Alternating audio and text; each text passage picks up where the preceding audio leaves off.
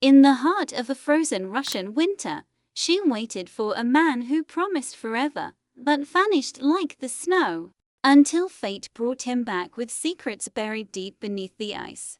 I still remember the fast snowfall of that year, thick flakes drifting silently over St. Petersburg, wrapping the city in white velvet.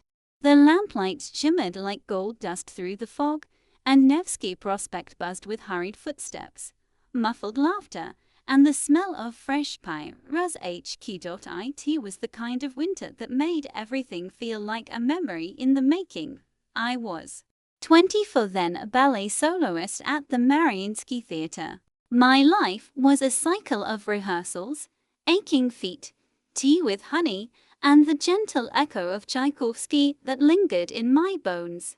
On the outside, I was graceful, poised, admired. But on the inside, I was lonely.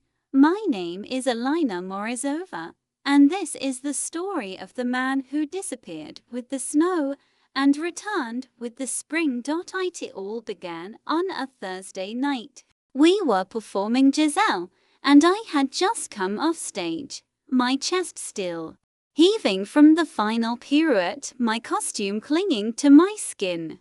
The applause still thundered through the Grand Theatre Hall as I stepped backstage, and that's when I saw him. He was leaning against the wall, a notebook in hand, tall, wrapped in a charcoal grey coat, with dark eyes that seemed to write poems with every blink. There was something old-fashioned about him, like he belonged to a Tolstoy novel, not the modern world. Our eyes met briefly. I turned away, my heart annoyingly loud in my ears. Was he press? A critic? A fan? No one had ever looked at me like that, like they already knew me. Later that night, I found a note slipped inside my coat pocket. You danced like a storm wrapped in silk. No name, no number, just an initial. The next day, he showed up again, this time in the small CAF across from the theatre. I was sipping my black tea, lost in a book, when he approached with a kind smile. Is this seat taken? His voice low, warm, deliberate, melted something in me. I nodded and he sat. That's how it started. His name was Mikhail, a writer from Moscow. He was visiting St. Petersburg for a few months to research his novel on forgotten Russian legends. He was curious, witty, and always scribbling in that worn-out notebook. He carried the scent of old libraries and winter wind. We met often after that. Walks by the frozen canals. Long conversations at late-night CAFS. Stories swapped like secrets. He listened to me like no one else ever had, not just the words, but the silence between them. Once, I told him I was scared I would lose my art one day, that time would take my grace. He just smiled. You'll never lose it. You carry it in your soul, not your feet. How could I not fall in love? Weeks passed. Snow deepened. Our bond grew. One evening, in a candlelit dacha outside the city, after hours of talking and laughing and sharing dreams, he kissed me, gently, almost nervously, and then he whispered, Alina, I know this is sudden, but I can't imagine my life without you. Will you wait for me? He had to return to Moscow. There was a family matter, and he would only be gone a few weeks. But before he left, he gave me a promise. I'll come back, and when I do, I'll ask you again properly. I held on to those words like they were a lifeline. I watched him board the train with snowflakes dancing in his hair. He waved from the platform, a smile full of hope. I waved back, unaware that I was watching a ghost disappear into the fog. Their letters stopped after a month. At first, I told myself it was the snow, the mail, the distance. But as weeks turned into months, my heart began to sink. Rumors started to creep in from Moscow, stories of Mikhail attending society parties, being seen with a politician's daughter. One dancer whispered to me backstage, "You really thought he'd come back?" Men like him always return to their own world. I tried to dance through the pain. I threw myself into rehearsals, the stage becoming my only escape. But every spotlight reminded me of his eyes. Every violin string pulled at the silence he left behind. I wrote letters, dozens, all unanswered. Then, one day, an old friend from Moscow came to visit. She said she'd seen Mikhail. Said he was engaged to a woman named Natalia Sokolov, the very woman from the rumors. Said he looked happy. I didn't cry. I didn't scream. I just sat there, quietly tearing up the last letter I had written him but never sent. Love, I realized, is not always a flame. Sometimes it's frostbite, and yet I still kept the note he left me after Giselle that first night. "You danced like a storm wrapped in silk." I tucked it inside my journal and told myself, one day I'll forget. But deep down, I knew some stories don't end. They just wait for the next chapter. 3 years passed. I danced every season, every stage, every city that welcomed me. Paris, Vienna, Milan. But St. Petersburg was still home. And no matter where I went, I carried 2 things in my suitcase: my pointe shoes and silence. Mikhail Volkov became the story I never spoke aloud. People called me strong, graceful, unshaken. I let them. What would they know about the girl who stood by the post office every Thursday, waiting for a letter that never came? I grew. I rose through the ranks. I smiled on magazine covers. I bowed to ovations. But at night, alone in my apartment, I'd stare at the note he left me faded now and wonder if he ever thought of me. Then, one February evening, everything changed. I was invited to perform at a cultural gala in Moscow, an event celebrating Russian heritage and artistry. The venue was a grand ballroom in an old imperial palace, restored to its former glory. Gilded ceilings, chandeliers that held time itself, and music that echoed through generations. I almost didn't go.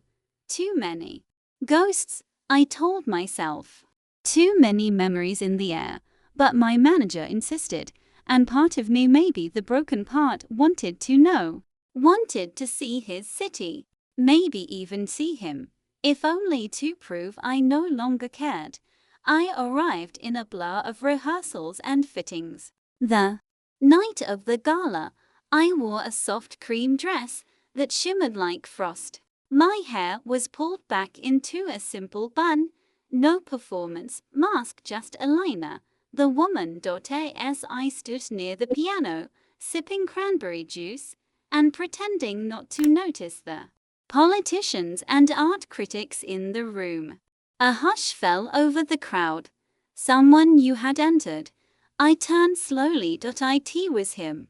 Mikhail, 3 years older, thinner, paler, but unmistakably him. He wore a tailored black suit, but it couldn't hide the weight he carried in his eyes. He walked with a subtle limp. His gaze scanned the crowd, then stopped. On me, time didn't stop. It collapsed. I felt the earth tilt. My glass trembled in my hand. Every heartbeat became a drumbeat. He didn't smile. He just looked like he was seeing color after years of grayscale. We didn't move, didn't speak, until someone called his name. Volkov. An older man patted his back, ushering him toward a podium. Mikhail nodded and took the stage. The host announced, "Please welcome celebrated author and humanitarian Mikhail Volkov." Recently released after 3 years of wrongful imprisonment, his story reminds us all of truth, resilience, and redemption. I couldn't breathe. Wrongful imprisonment. My knees felt weak. The room spun. He began to speak, thanking the audience, the lawyers, the organizations who believed in him. But I barely heard the words, because all I could hear were my own thoughts.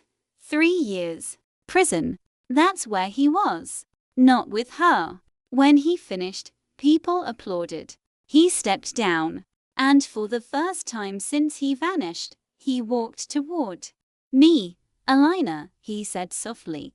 I stared at him, unsure whether to scream, slap him, or collapse in his arms. You disappeared, I said, voice sharp. And everyone said you chose her.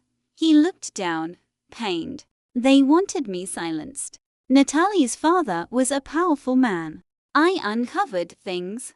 Corruption, stolen land, political TAs. I wouldn't stay quiet. I blinked. Her father had you imprisoned. He nodded. On false charges. Treason, of all things. I spent 3 years in a cell with nothing but a typewriter and your memory. I clenched my jaw. You didn't write. Not once. I tried. Every week. The letters were intercepted. I never heard from you either. My heart felt like it had forgotten how to beat. I thought you betrayed me, I whispered, and I thought you moved on. Silence stretched between us. He reached into his coat pocket and pulled out a wrinkled, familiar piece of paper. The note, "You danced like a storm wrapped in silk," he quoted. I kept this with me through every cell search, every cold night. It reminded me that something beautiful once existed. I stepped back, overwhelmed. I need air. I rushed out into the courtyard, snowflakes drifting softly again. Like they had the night he left. He followed me, slowly. Alina, he said, voice hoarse. I don't expect forgiveness. I just needed you to know the truth. I turned to him. You wrote a novel, I said, voice calmer. I read it. Frozen veins. He looked surprised. You knew it was about you? It was hard not to. He smiled faintly. I wrapped my arms around myself. Why now? I asked. Why this event? I didn't know you'd be here. I almost didn't come. We both laughed a short, broken laugh. But I'm glad I did, he added. I hesitated, then asked, Are you still the same man? He looked at me. I steady. No. I'm someone who knows what it's like to lose the one thing that made life meaningful. A pause and you. I'm someone who's afraid to trust again. He stepped closer. Let's start there. That night, we didn't talk much more. Just stood there in the falling snow, like echoes of our past selves. But when we parted, he didn't vanish again. He called, wrote, waited. For once, he waited for me. And slowly, piece by fragile piece, we began again. We didn't fall in love again overnight. There was no grand gesture, no sweeping kiss in the rain. Just a quiet unraveling of walls that had taken years to build. I wasn't the same woman who had waited by the post office. And Mikhail, he wasn't the same man who wrote poetry into CAF napkins.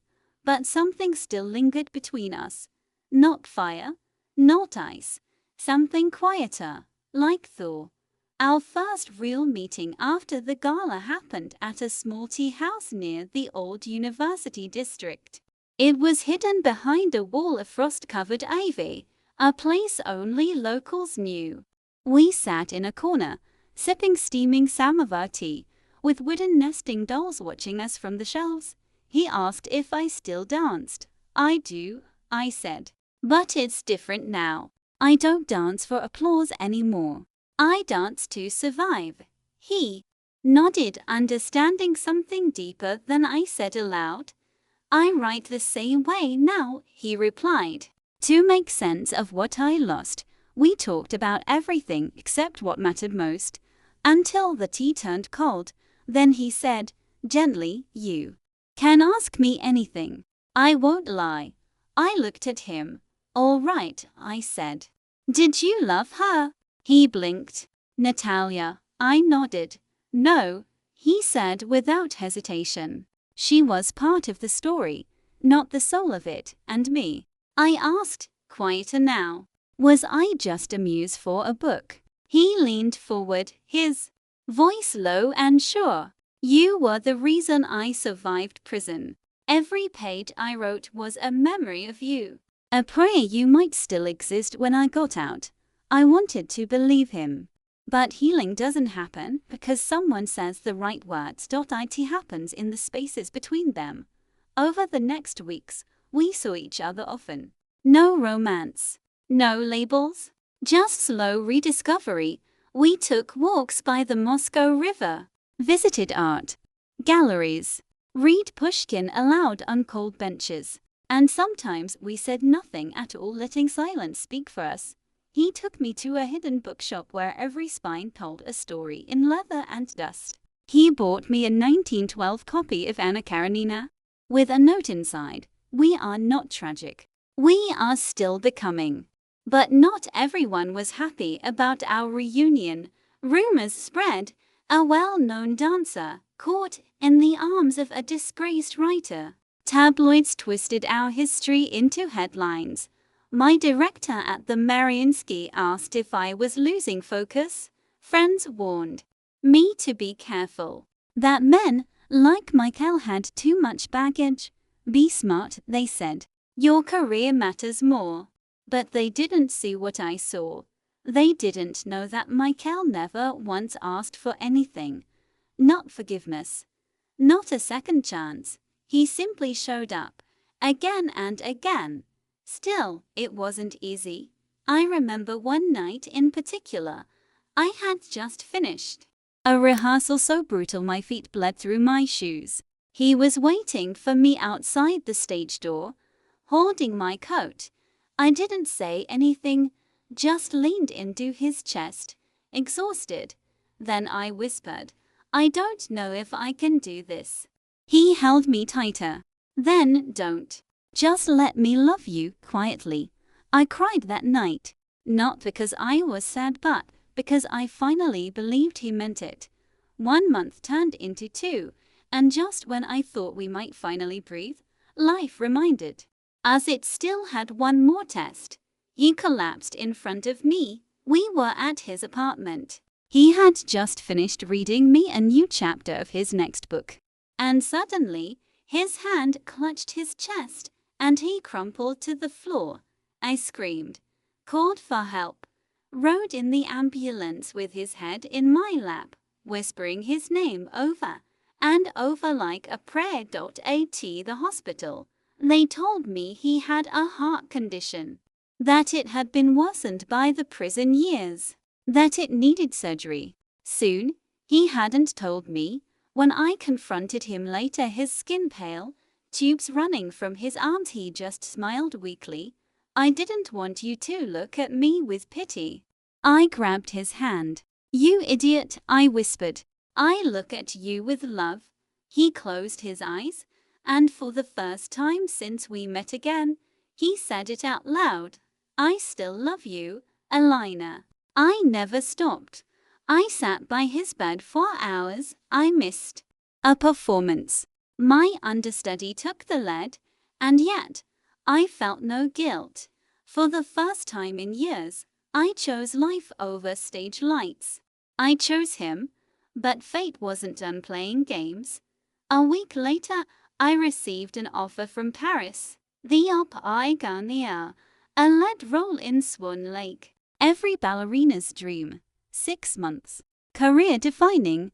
And I was torn. I stared at the email for hours. The same theater that once hosted legends was inviting me, but Mikhail was still recovering. Weak. Needing care. He noticed the conflict in my eyes, and one night, he took my hand and said, "Go." I shook my head. "I can't leave you like this," he smiled. "Then you'll regret it. And that will kill me more than this condition ever could." Paris. The word itself sounded like a sigh. For years, it had shimmered on my horizon like a distant star, untouchable, poetic, sacred. Every ballerina dreamed of the Opigania, of breathing the same air as Pavlova, Nijinsky, and Fontaine. And now, it was real, a formal invitation, a 6-month residency. The lead in Swan Lake, the role I trained for since I was a little girl spinning in front of a cracked mirror, wrapped in hand-me-down tulle and dreams, and yet, I hesitated. Mikhail lay in his hospital bed, pale against the starch-white sheets. He had undergone successful surgery, but the recovery was slow. There were moments he drifted off mid-sentence, moments he struggled to remember simple things. He was healing but still so fragile. Go, he told me again and again, his voice calm but insistent. You don't owe me your wings, but I owe you my heart, I whispered once, brushing the hair off his forehead. He smiled, weary. Then take it with you. Just don't leave your soul behind. In the end, I said yes. With tears. With doubts. With his blessing. I left Russia with a suitcase full of point shoes, letters from Mikhail, and a heart that beat in 2 countries. Paris was a dream. But it wasn't perfect. Rehearsals were grueling. The artistic director was relentless. The other dancers were talented and cutthroat. I barely had time to breathe, let alone cry. And yet when I stepped onto that stage, in front of golden balconies and red velvet curtains, I felt alive. Every movement, every breath, every pointed toe was a whisper of the girl I used to be and the woman I was becoming. And every night, after curtain call, I returned to my small rented apartment, open Mikhail's latest letter and read his words like scripture. Your absence is everywhere, Alina. In my tea, in my sleep, in the pages I try to fill without you. But don't come back yet. Not until you've danced your soul out. I'll be waiting at the train station. Bring spring with you. He was getting better. He sent photos of him walking by the river, of the book he was editing, of the puppy he adopted, a scruffy little mutt he named Pushkin. I sent him videos of my rehearsals, of backstage chaos, of the Eiffel Tower lit up at midnight. We were apart. But for the first time, we weren't lost. Then came the night of the premiere. The Garnier was full. Critics, composers, dancers, and strangers. As I stood behind the curtain, heart pounding like a drum, I imagined him there. Somewhere in the shadows, I danced like I never had before, not for fame, not for validation, but for him, for the boy who slipped a note into my coat pocket and vanished like snow, and for the man who returned, bruised but unbroken, and loved me with quiet ferocity. When the final curtain fell, the audience rose, thunderous applause. Tears streamed down my face, not from the ovation but because I realized something. I had done it, but it wasn't the end. It was the beginning. After the curtain call, my phone buzzed. A message. It was a photo of the St. Petersburg train station, a platform, and him holding flowers, grinning, with Pushkin sitting loyally at his side. The caption read, "Spring is waiting." I flew back a week later. No press, no announcements. Just me, a coat, and nerves tangled in my stomach. As I stepped off the train, I scanned the crowd. The snow was melting. The sky was grey. But there was warmth in the air, something almost like hope. And then I saw him, standing under the old clock. Healthier, stronger, holding the same faded book of poetry he once read to me on our walks. He didn't speak, just opened his arms. I ran into them like a dancer leaping into spotlight, and for the first time in a very long time, I was home. We didn't talk about the years we lost that day. We just walked past the bookstore, the CAF, the ballet theater, past all the memories that had shaped us. And when the sun dipped behind the city skyline, he turned to me and said, "I have one more question." I blinked. "What?" He reached into his coat, pulled out a ring. "Simple. Silver. Elegant. Will you write the rest of this story with me?" I didn't cry. I just said, "Yes." Because some love stories don't end. They just pause until spring comes again. Love isn't always thunder and lightning. Sometimes it's the sound of dishes being washed together in a tiny kitchen, or the way someone folds your coat before you even realize you're cold, or how they remember your silence better than anyone remembers your words. After the proposal, Mikhail and I didn't rush into planning a grand wedding. There were no white roses or violin quartets, no palatial ballrooms or opulent guest lists. Instead, there was life. We moved into a small flat in the old district of St. Petersburg. 3rd floor. Squeaky stairs. A leaky faucet we fixed together one rainy afternoon. And Pushkin, of course, our little mutt with a bark too big for his size, always managing to steal socks and sleep in the middle of our bed. The mornings were soft. He'd bring me tea with honey while I stretched at the bar in the living room. Sometimes he'd read me drafts of his new chapters while I massaged my ankles. We had no stage lights, no applause, but we had laughter, touch, stillness, and somehow that was enough. But healing wasn't linear. One night, I found Mikhail sitting on the balcony, staring at the city below. The wind was sharp, but he didn't seem to feel it. "You okay?" I asked. He nodded. "Some days I still wake up in the cell. In my mind, I mean. I forget I'm free." I sat beside him and wrapped the blanket over our shoulders. He leaned his head against mine. "Do you regret coming back to me?" he asked softly. I turned to face him. "Never. Some people believe love is about forgetting the past, but ours was about remembering and still choosing to stay. We married in spring. Not a grand affair. Just close friends." A priest with a kind smile. The smell of lilacs. I wore a simple ivory dress. He wore the suit he wore the night we met again. We exchanged vows in the garden behind his publisher's house, under a white arch wrapped in lace and ivy. And when he slid the ring on my finger, he whispered, "You are the only truth I ever needed to believe in." After that, time slowed. We wrote a book together, half memoir, half love letter to Russia, to resilience, to hope.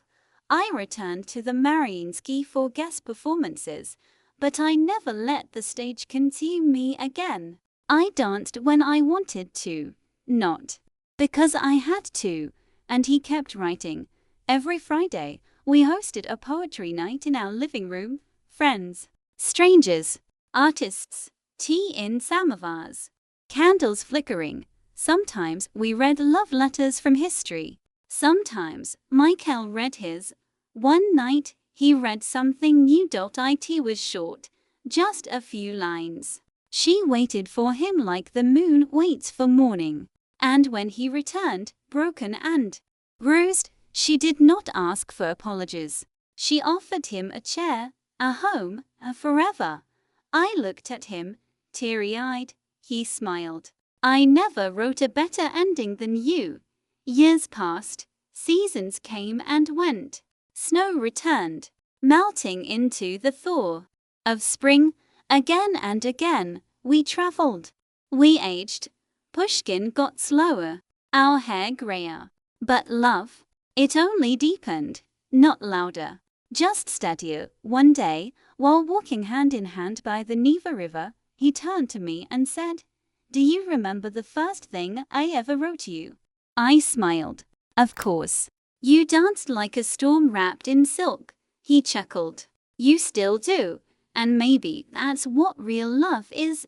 Not fireworks, not fate, but the ability to see someone completely to walk through storms, through silence, through years of distance and still say, I choose you. Again, and again, and again, because in the end, ours wasn't a love that burned brightly and faded. It was a love that froze, waited, and melted just in time for spring. They say love is most powerful when tested by time. But no one tells you how it bends, how it softens, stretches, and sometimes breaks. Years passed gently. Mikhail and I built a life wrapped in simplicity. Books on every shelf, music humming in the background, a kitchen always smelling of something sweet and warm. I danced less and taught more. He wrote slower with more depth, savoring every word. Pushkin, our loyal mutt, passed peacefully one snowy morning. We buried him in the park where we used to walk every Sunday. Mikhail carved his name into a little wooden plaque. Pushkin, the only dog who ever loved poetry. We laughed through our tears. Then came the winter that didn't feel quite right. Mikhail had been coughing, nothing severe at first. Just a tickle in the chest, he'd say. Then came fatigue, weight loss, the trembling of his hands. We went to the hospital.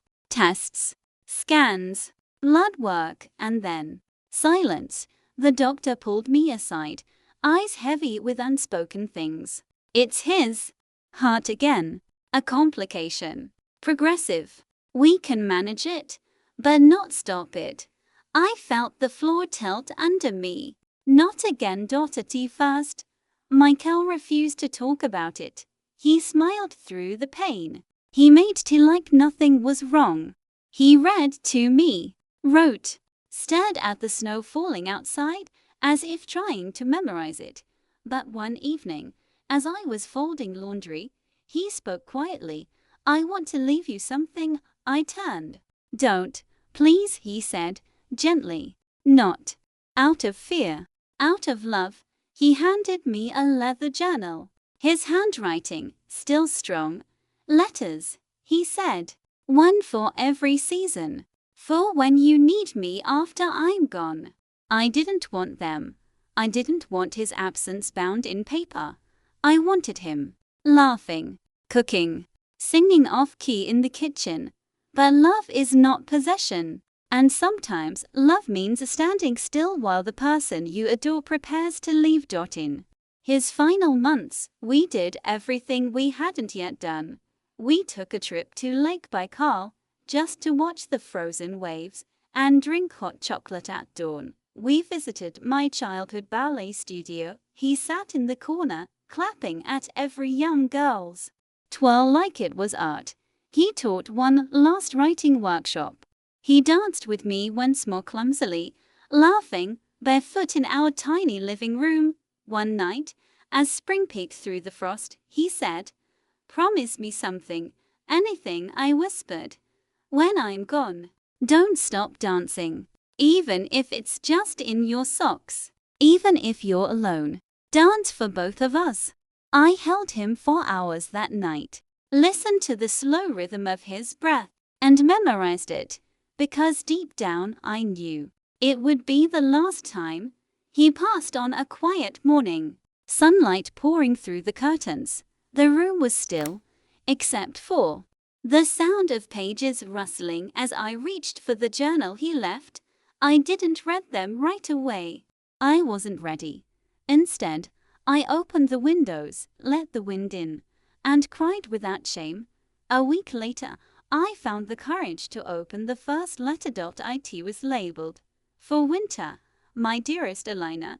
If you're reading this, it means the snow has returned and I have not. But I am in every frost-kissed window, in the steam of your tea, in the silence of your empty slippers.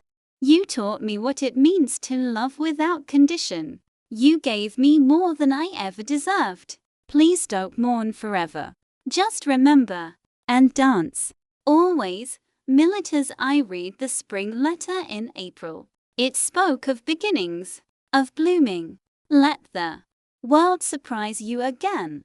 I read the summer letter during a thunderstorm. It reminded me of laughter, of rivers, of his terrible tan lines. Laugh loudly, live boldly, and the fall letter, when the leaves began to fall. I'll be the wind pushing you forward. You just have to keep moving. Grief didn't vanish. It lived with me. In my shoes by the door, in the dent on his side of the bed, in the cup of tea I still poured for him out of habit. But so did love, because some people leave, and somehow never really go. Years later, I stood in a small theater in St. Petersburg. Wooden stage. Young dancers. I performed one last time. Not for applause, not for a curtain call, but for him. And in that final pirouette, as the spotlight softened around me, I felt him, not as a memory, but as presence. Always, because ours was never just a love story. It was a legacy, a lesson, a reminder that no matter how cold the world becomes, spring always returns. It has been 7 years since Mikhail passed. 7 years since I held his hand, since I smelled that familiar mix of ink and black tea on his skin. And yet, some days when the snow starts falling, or I catch the whisper of violin strings from a passing window, I turn, just for a second, thinking maybe. But then I remember, he is not gone. He's just woven into everything. I still live in the same flat, 3rd floor, same creaky stairs, same window that steams in winter. It's quieter now, but not empty. Books still line the walls. His typewriter sits under a sheet near the balcony door. Pushkin's favorite rug remains, though a new cat named Chekhov has claimed it entirely. I teach ballet now, not to produce stars but to help children find their rhythm, their voice, their strength. Some are quiet, others chaotic, but all of them remind me life keeps moving, even when we feel like we can't. Every year, on the first day of spring, I visit Mikhail's grave. I bring lilacs and a letter. I read it out loud whether there's sun, rain, or a late snowfall. This year's letter was shorter than usual. I danced this winter, alone, in the studio. You would laughed it was messy, but it was real. Just like us. There's a new girl in my class. She writes her own choreography, calls her pirouette spins of emotion. She's exactly the kind of rebel you'd fall in love with. The world still hurts sometimes, but it also surprises me. I'm not done living. I know now, that's what you would wanted. Happy spring, my love. That same day, I was invited to speak at a writers' symposium. One of Mikhail's former students had become a best-selling novelist. He invited me to the panel as the woman who inspired the greatest love story never meant to be fiction. I stood in front of a crowd of strangers, holding Mikhail's first published book, Frozen Veins. My hands trembled. I'm not a writer, I began. I'm a dancer. But I live the pages of this story. And I want to say something Mikhail once said to me. I paused. He told me love isn't the fire that burns brightly and vanishes. It's the ember, the warmth, the thing you carry with you when the lights go out. After the talk, a young girl approached me. She couldn't have been more than 17. Miss Alina, she said shyly, how do you survive heartbreak? The real kind. I smiled. You don't survive it, I said.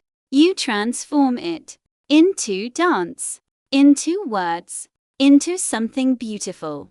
That's the only way it doesn't break you completely. She nodded slowly, eyes wide, and walked away holding the book to her chest like a promise. That night, I opened the last letter from Mikhail. I hadn't read it until now. It was labeled simply, Final. My Alina, if you've made it this far, then I have no doubt you're still standing tall, spine straight, eyes fierce, heart soft. Maybe you've fallen. Maybe you've risen again. Maybe you've danced in an empty room and cried at a stranger's kindness. Wherever you are, know this. You were my greatest story. You were my spring. And even though I'm not there to hold your hand now, I am with you. In the rustle of your dress. In the curl of your smile. In the quiet after applause. Finish the book. Live the next chapter. Laugh. Teach. Be stubborn. Be wild. And above all, keep dancing. Forever yours, Milita's. I wept, not out of grief, but out of gratitude, because I realized I wasn't his ending. I was his legacy, and he was mine. That spring, I choreographed my first original ballet, title, From Snowfall to Spring. It was based on our story told through movement, silence, and the raw truth of love that refuses to die. The premiere was held in a modest theater near the Mariinsky. No press, no critics, just students, friends, dreamers.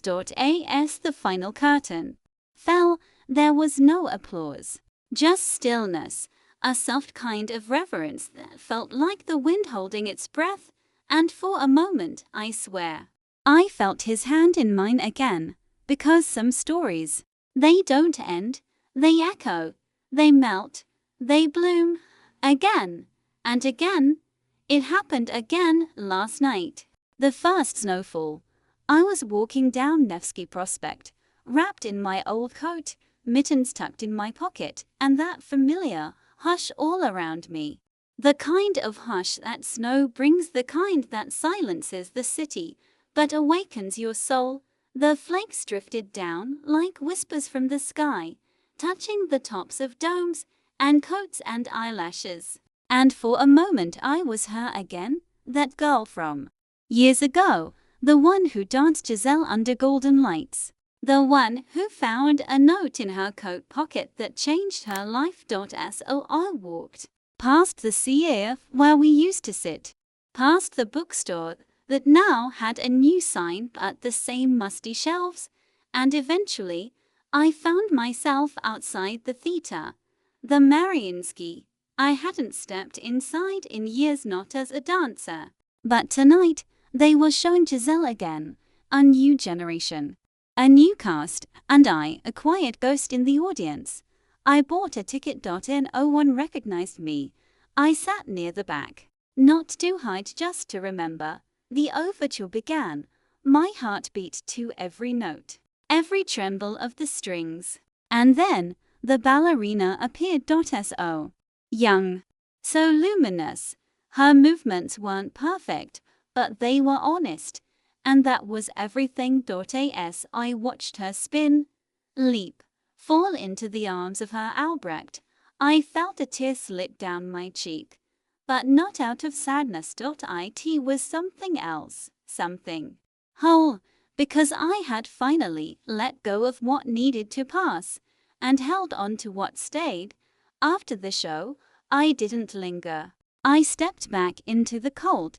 The city was still cloaked in snowfall, streetlights casting a golden glow through the flurries, and there, standing across the street from the theater, was a young couple. She was laughing. He was holding her mitten in his hands like it was fragile.